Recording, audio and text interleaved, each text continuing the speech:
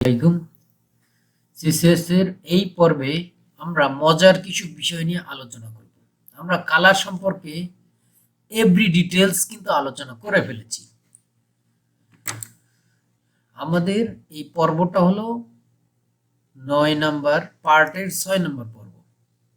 এখানে আমরা যেটা আলোচনা করব, আমরা collect colour from browser inspect. এই ব্রাউজারের ইন্সপেক্ট যে আমরা করেছিলাম, দেখিয়েছিলাম, বা আপনারা যারা দেখেননি এই পর্বে দেখবেন। ইন্সপেক্ট এলিমেন্ট করে স্টাইল ট্যাবের থেকে আমরা ব্রাউজারের কালারগুলো চেঞ্জ করে, অর্থাৎ কালার আমাদের ইচ্ছা মতো কালার কোডগুলো চেঞ্জ করতে পারবো, বিভিন্ন ফরম্যাটে চেঞ্জ করতে পারবো। এবং সাথে আমরা আরেকটা কাজ করব, মজার একটা ইন্টারেস্টিং কাজ।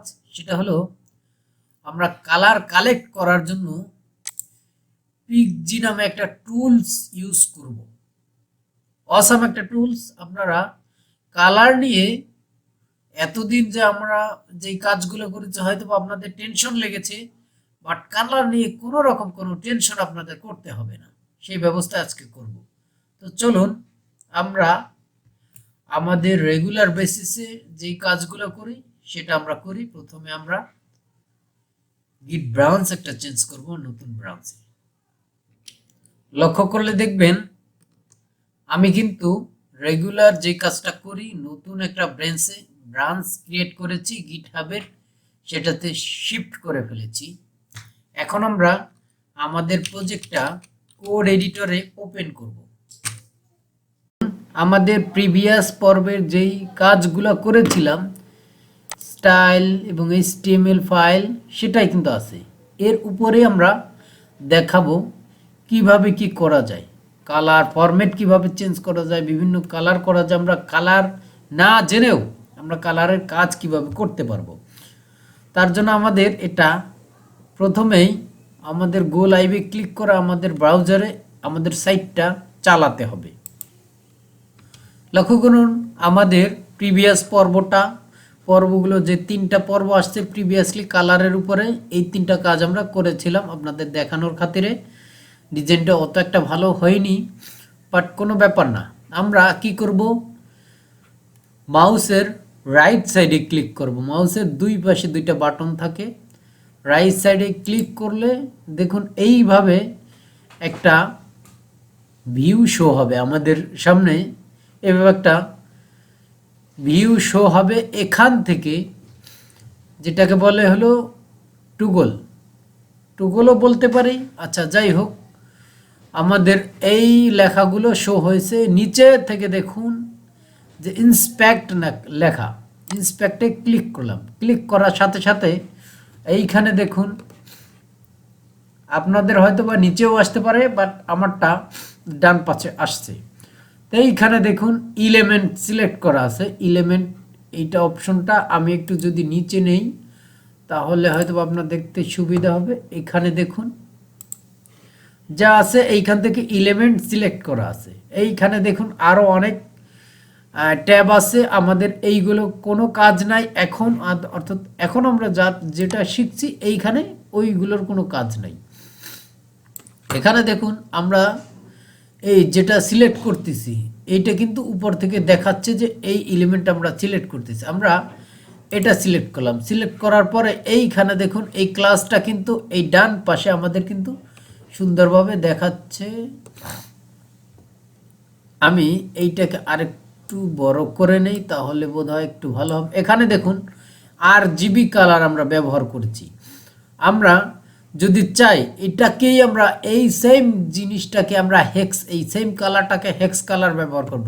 তার জন্য কি করতে হবে, এইখানে ক্লিক করব। কালারের মধ্যে ক্লিক করার পরে নিচে দেখুন এইখানে RGBA এটা একটা অপশন আছে। আমরা যদি এটাকে নিচে ক্লিক করি, দেখুন এইখানে অনেক রকম অপশন আসছে কালারের। এখানে দেখুন SHL হেক্স কালারের এই দেখেন 2টা ভার্সন। আপনাদের হয়তো অত বিস্তারিত আলোচনা করছিলাম না যে একই এলিমেন্ট যদি একই কালার কোড যদি ডাবল ডাবল হয় তাহলে সিঙ্গেলটা ব্যবহার করছে। এখন দেখুন এখানে দুইটা জিরো পরিবর্তে একটা জিরো ব্যবহার করছে, এফ দুইটা একটা জিরো দুইটা জিরো একটা এখানে।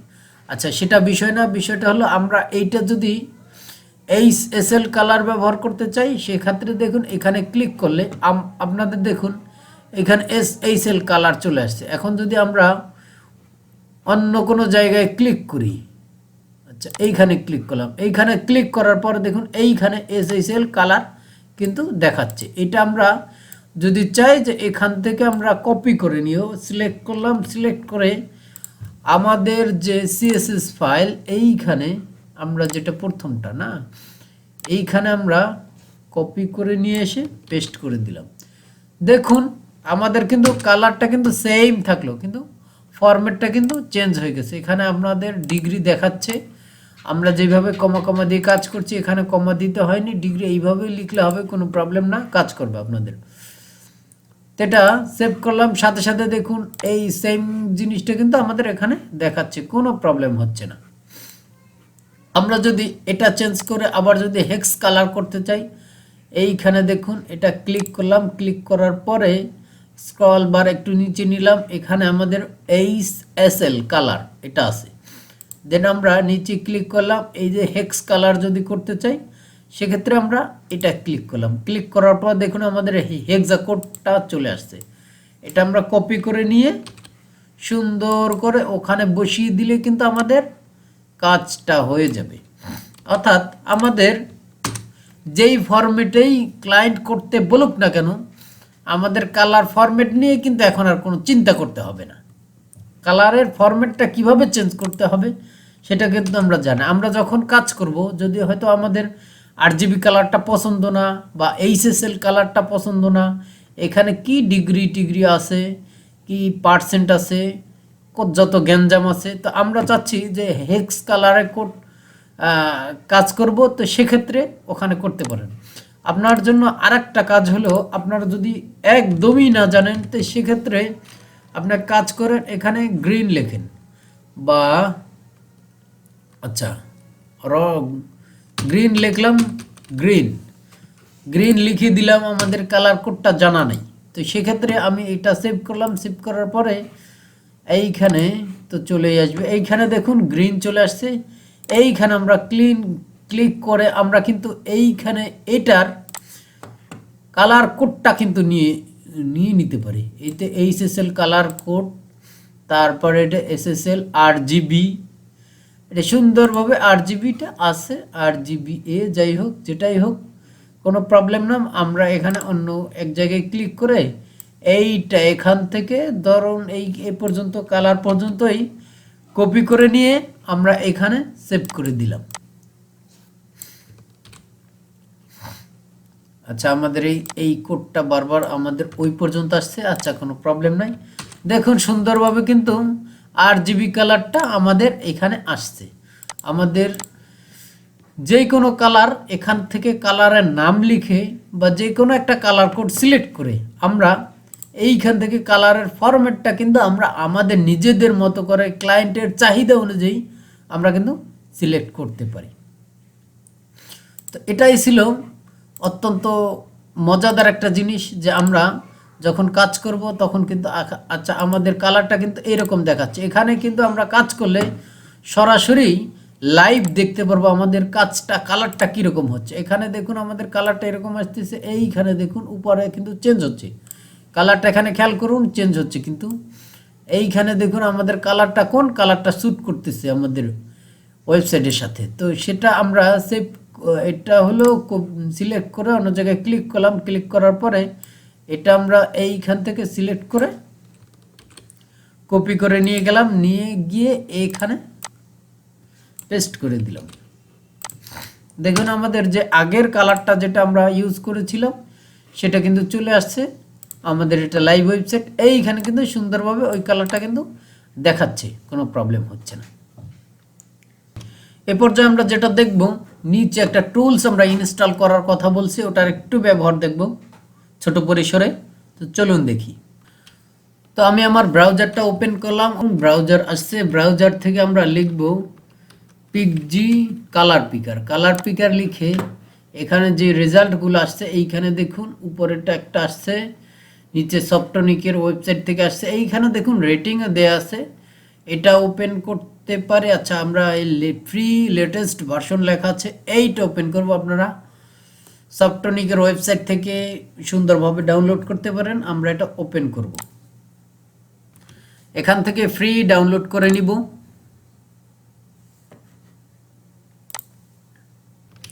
লক্ষ্য করুন আমার এইখানে কিন্তু ডাউনলোড হয়ে গেছে অনেক ছোট্ট একটা টুলস, দেখুন 11 KB। আমরা এটা ওপেন করব, ফোল্ডারটা ওপেন করে এটাকে সরাসরি ডাবল ক্লিক করব ইনস্টল করার জন্য। ডাবল ক্লিক করার সাথে সাথে এইখানে দেখুন এটা অলরেডি রান হয়েছে। তো এটা আমাদের যেটা করবে, এখন আমাদের যেটা করবে, এইখানে খেয়াল করুন, এইটার মধ্যে আপনারা খেয়াল করুন, এটার মধ্যে দেখুন আমি যেইখানে নিচ্ছি ওইখানের কালারটা কিন্তু আসতেছে, যেই কালারটা আমি এখানে কিন্তু খেয়াল করুন, এইখানে কালার কপি করতে কি কি করতে হবে। HTML এর জন্য Ctrl-Alt-C। দেখুন এখানে আমরা HTML CSS এর কাজই করতেছি, আমাদের এইখানে এটার কালারটা কপি করব, বা আমাদের ডিফারেন্ট একটা কালার কপি করতে পারে, এটার কালারটা কপি করব।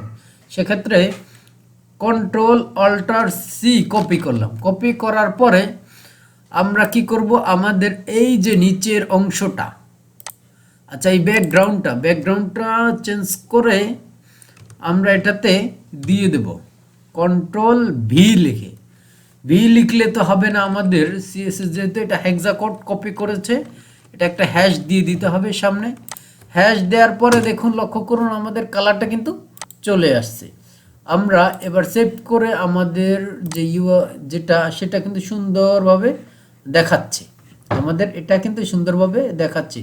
তো এইভাবে আমরা এই টুলসটা একটা অ্যামেজিং টুল, যেই কোনো জায়গা থেকে হয়তো আমাদের ক্লায়েন্ট বলে দিতে পারে, এই ভাই এরকম একটা ওয়েবসাইট দিয়ে দিলাম, তোমার URL এর যত কালার টালার, বাটনের কালার, ব্যাকগ্রাউন্ডের কালার, যেই কালার সবগুলো কালার আমার ওয়েবসাইটে ইউজ করতে হবে।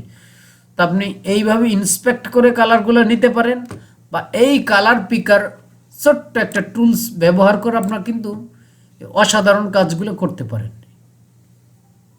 তো লক্ষ্য করুন আমি কিন্তু কালার পিকারটা কেটে দিয়েছি। আমি কোথায় পাবো, তারপরে আবার পিকজি লিখবো আমার সার্চ বারে।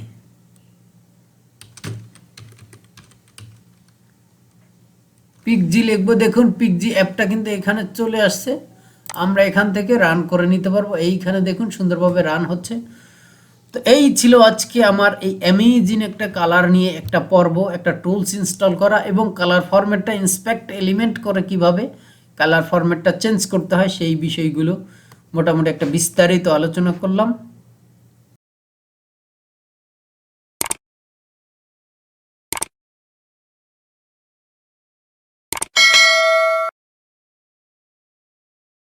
ধন্যবাদ আমাদের এই কুইক ডেভেলপমেন্ট ইউটিউব চ্যানেলের থেকে ধৈর্য ধরে আপনাদের শেখার জন্য। এইভাবে আপনারা শিখতে থাকুন, পরবর্তী পর্বগুলো দেখতে থাকুন। ধন্যবাদ সকলকে। আল্লাহ হাফিজ।